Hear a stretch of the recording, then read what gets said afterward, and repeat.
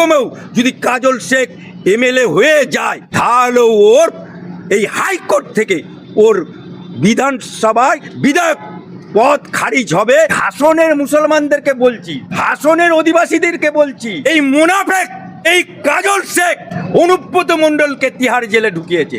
এই কাজল শেখ 12টা কেসের আসামি।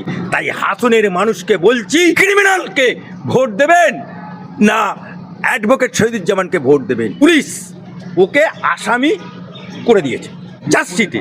সেই চার্জশিটকে নারাজি ফাইল করতে কাজল শেখ আমার হাইকোর্টে উকিল দিয়ে মামলা লড়তেছে। এতেই কাজল শেখের ফাটাবাসে মাথা আটকে গেছে। ওই 292 নম্বর হাসন কেন্দ্রে একজন প্রার্থী হয়েছে আমার হাইকোর্টের অ্যাডভোকেট, মহামান্য হাইকোর্টের অ্যাডভোকেট শহীদুজ্জামান। ওর ওখানে মারগ্রামে একটি সভার আয়োজন করেছে। সেই সভাতে যাতে লোক না যায়, কাজল শেখের লোকেরা মারগ্রামে প্রতিটা বাড়িতে বাড়িতে, এমনকি হাসন বিধানসভায় প্রতিটা বাড়িতে বাড়িতে লোক পাঠিয়ে থ্রেট করেছে, যে ওই মিটিংয়ে যাবে হাত পা ভেঙে গুঁড়িয়ে দেবো। এত উন্নয়ন করেছে যে বাড়িতে গিয়ে থ্রেট করতেছে হাত পা ভেঙে গুঁড়িয়ে দেবো। এত ভয় শহীদুজ্জামানকে, হাইকোর্টের উকিলকে এত ভয়। উনার যে বিএ পাস কোন ইউনিভার্সিটি লিখলো, তখন এবারে চলে এলো কি বিএ পাস কবে, 11 সালের পরে, অর্থাৎ বামফ্রন্ট বিদায়ী হওয়ার পরে সরকারে আসার পরে 12 সালে উনি বিএ পাস করেছেন। কোথায়? মেঘালয় ইউনিভার্সিটি। যে মেঘালয় ইউনিভার্সিটিকে নিয়ে সুপ্রিম কোর্টে কেস হয়েছিল এবং সুপ্রিম কোর্ট সেটাকে ফেক বলে উল্লেখ করেছে। তাহলে ওনার বিএ পাসটাও লজিক্যালি ফেক। বরাবরই চর্চার হাসন বিধানসভা বরাবরই চর্চার শিরোনামে থাকে। আজকে দেখা গেল হাসন বিধানসভারই একজন হাইকোর্টে এসেছিল। স্যার, বিষয়টা কি আবারও কি চর্চার শিরোনামে হাসন বিধানসভা? দেখুন, হাসন বিধানসভা চর্চার মধ্যে এসে গেছে, কারণ হাসন বিধানসভা তৃণমূল কংগ্রেসের যিনি ক্যান্ডিডেট হয়েছেন তিনি একজন বোমার, তিনি একজন ক্রিমিনাল, তিনি একজন অ্যান্টি সোশ্যাল। কাজল শেখ, তার ভালো নাম ফজলুল। তার এবারে এসআইআরের নাম ছিল না, এসআইআরের নামই ছিল না, নমিনেশন সাবমিট করতে যাবার আগে পর্যন্ত নাম ছিল না। এবারে তার নামটা আইপ্যাক দ্বারা চিঠি করে তৃণমূলের, কারণ তৃণমূলের যা কিছু সব এজেন্সি নিয়ে নিয়েছিল আইপ্যাক, একদম এ থেকে জেড। সেই লোকটি নাম উঠে গেল, অথচ সারা বীরভূম ডিস্ট্রিক্টে কত লোকের নাম বাদ গেল, তাদের নাম উঠল না, তাদের নাম। আপনাদের খেয়াল আছে এই বীরভূম ডিস্ট্রিক্টের যারা বলতো বাঘ, যারা বলতো রয়্যাল বেঙ্গল টাইগার, যাকে মমতা ব্যানার্জি বলতো যে অনুব্রতর অক্সিজেন কম যায়, মাথায় অক্সিজেন কম যায়, মেটো ভাষা বলে সাপোর্ট করত। এবং অনুব্রত মণ্ডল যতদিন না তিহার জেলে গেছে ততদিন পর্যন্ত সমস্ত ইলেকশন করত একা হাতে অনুব্রত মণ্ডল। প্রার্থী ঠিক করা থেকে আরম্ভ করে জেতানো পর্যন্ত দায়িত্ব তৃণমূলের তরফ থেকে বাঘের বাচ্চা অনুব্রত মণ্ডল। এই কাজল শেখকে তখন খুঁজে পাওয়া যাচ্ছিল না, লম্প নিয়েও খুঁজে বেরালেও পেত না কেউ, কারণ তৃণমূল এই কাজল শেখকে তৃণমূলের পার্টি অফিস ভেঙে গুঁড়িয়ে দিয়েছিল। এই কাজল শেখকে বাড়িতে পুলিশ পার্টি ছিল। এই কাজল শেখ তাহলে এলো কখন? যখন কাজল শেখ দেখলো আমার ফাটা বাঁশে মাথা আটকে গেছে, এই কাজল শেখ যখন বিজেপিতে জয়েন করার জন্য দিলীপ ঘোষের কাছে এসেছিল, যখন দিলীপ ঘোষ বলেছিল তোমাকে আমি বাঁচাতে পারবো না, এই কাজল শেখ বিজেপিতে জয়েন করতে এসেছিল। আমি সাক্ষী হিসেবে বলছি, এই কাজল শেখ আমার কাছ থেকে 6টা মামলায় বেল দিয়েছিলাম, বেল করেছিলাম হাইকোর্টে।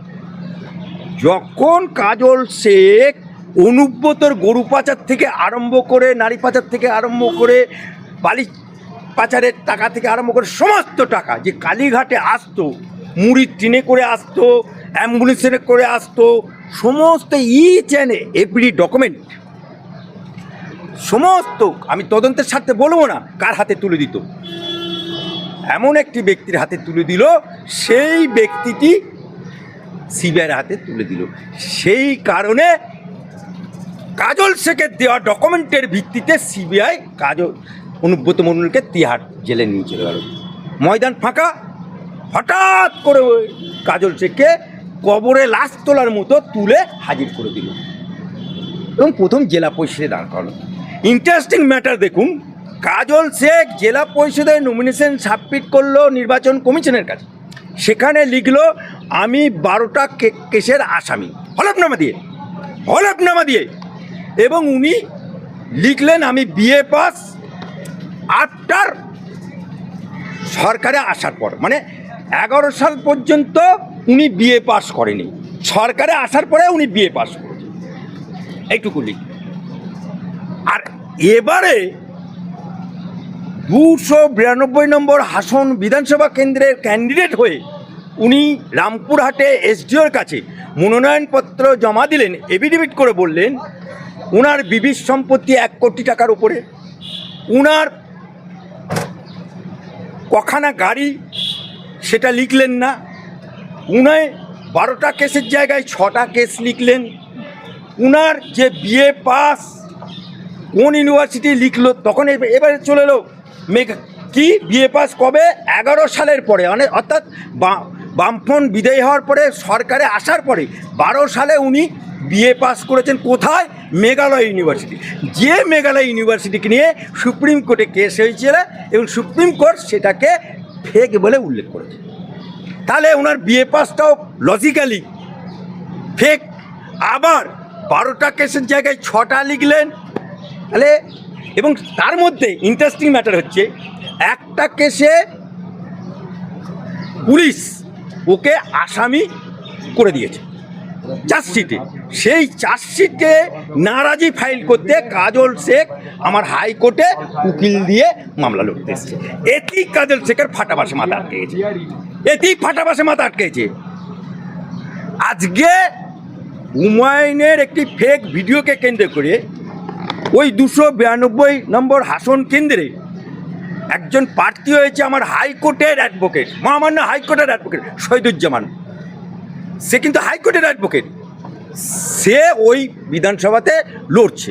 এখন ওর ওখানে মারগ্রামে একটি সভার আয়োজন করেছে, সেই সভাতে যাতে লোক না যায়, কাজল শেখের লোকেরা মারগ্রামে প্রতিটা বাড়িতে বাড়িতে, এমনকি হাসন বিধানসভায় প্রতিটা বাড়িতে বাড়িতে লোক পাঠিয়ে থ্রেট করেছে, যে ওই মিটিংয়ে যাবে হাত পা ভেঙে গুঁড়িয়ে দেবো। এত উন্নয়ন করেছে যে বাড়ি থেকে থ্রেট করতে হচ্ছে হাত পা ভেঙে গুঁড়িয়ে দেবো।